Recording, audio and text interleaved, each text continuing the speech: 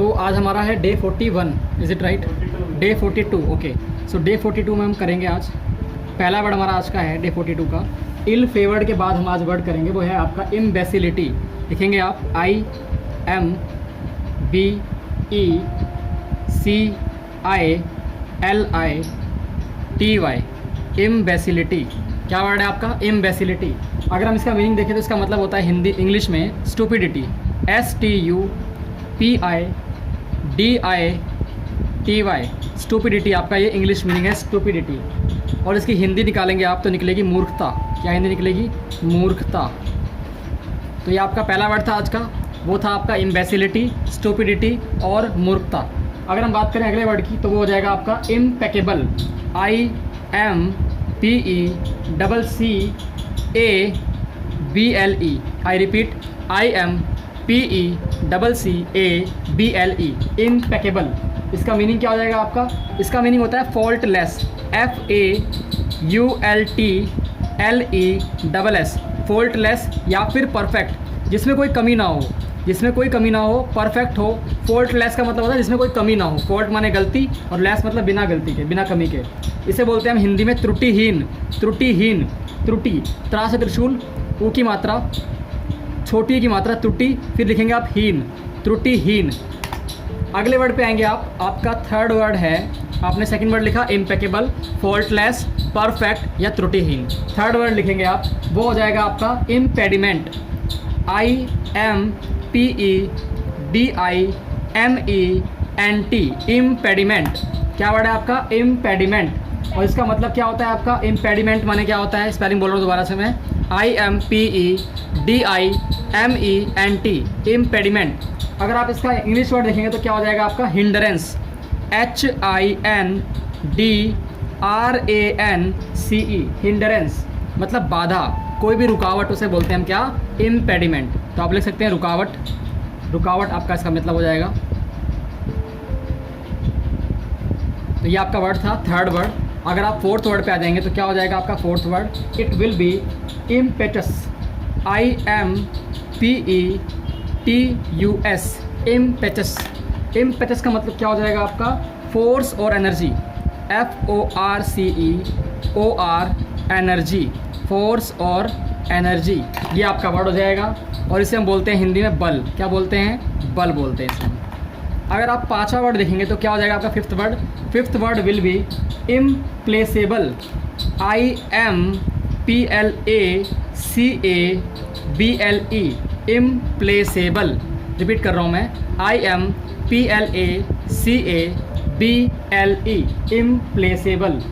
इसके लिए लिखेंगे आप unable to be placified, unable to be placified, unable to be placified, PLACIFIED, unable to be प्लेसिफाइड।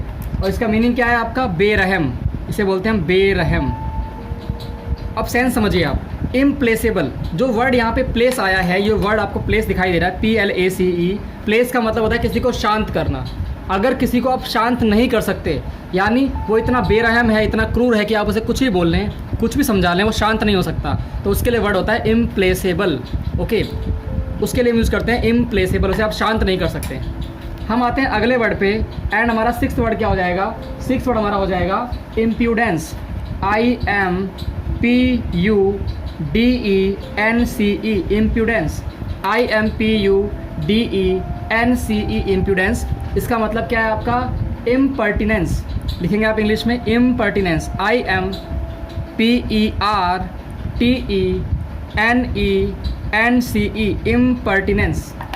इसका मतलब क्या है? बेशर्मी। ठीक है, बेशर्मी, बेशर्मी। देखिए जो वर्ड आपके लिखा है इम्प्रूडेंस, मतलब कोई भी काम बिना कुछ सोचे समझे कि उसका रिजल्ट क्या होने वाला है, आपकी इज्जत बचेगी या नहीं बचेगी, ऐसा कोई काम बोलते हैं या करते हैं, उसे बोलते हैं इम्प्रूडेंस या इम्पर्टिनेंट। तो ये आपका वर्ड था। अगले वर्ड पे आएंगे हम, जो हमारा अगला वर्ड है वो है इनक्लीमेंट। स्पेलिंग लिखेंगे आप, सेवन्थ वर्ड हमारे सामने है INCLEMENT, इनक्लीमेंट, इनक्लीमेंट। इनक्लीमेंट का मतलब क्या होता है? इसका मतलब होता है आपका अनप्लीजेंट। एक्चुअल में हम बात कर रहे हैं यहाँ पे वेदर की, ठीक है। अनप्लीजमेंट, अनप्लीजेंट, UNPLEASANT, अनप्लीजेंट। इसकी हिंदी निकल के आई कठोर या रूखा, कठोर या रूखा। ज़्यादातर इसका इस्तेमाल होता है मौसम के लिए, वेदर के लिए। वैसे आप कहीं भी और भी यूज़ कर सकते हैं इसका। तो ये वर्ड था वह इंक्लीमेंट, अनप्लीजेंट। हम आते हैं 8वें वर्ड पे। हमारे सामने 8th वर्ड है, that will be incoherence, INCOHERENCE।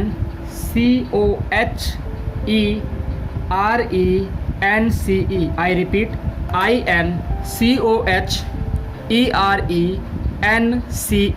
Incoherence. इसका मतलब क्या होता है? A fact of being not easy to understand, यानी एक ऐसा फैक्ट, लिखेंगे आप a fact not easy to understand, not easy to understand. Actual में ये जो आपको इंग्लिश में एक्सप्लेनेशन दी गई है, इसका मतलब पता है क्या निकलेगा? हिंदी में निकलेगा बेतुका।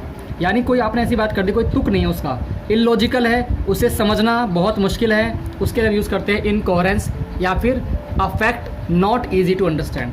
ये आपका वर्ड था 8th वर्ड। 9th वर्ड पे आएंगे आप लिखेंगे 9th वर्ड वो है आपका इंडिक्ट, INDICT।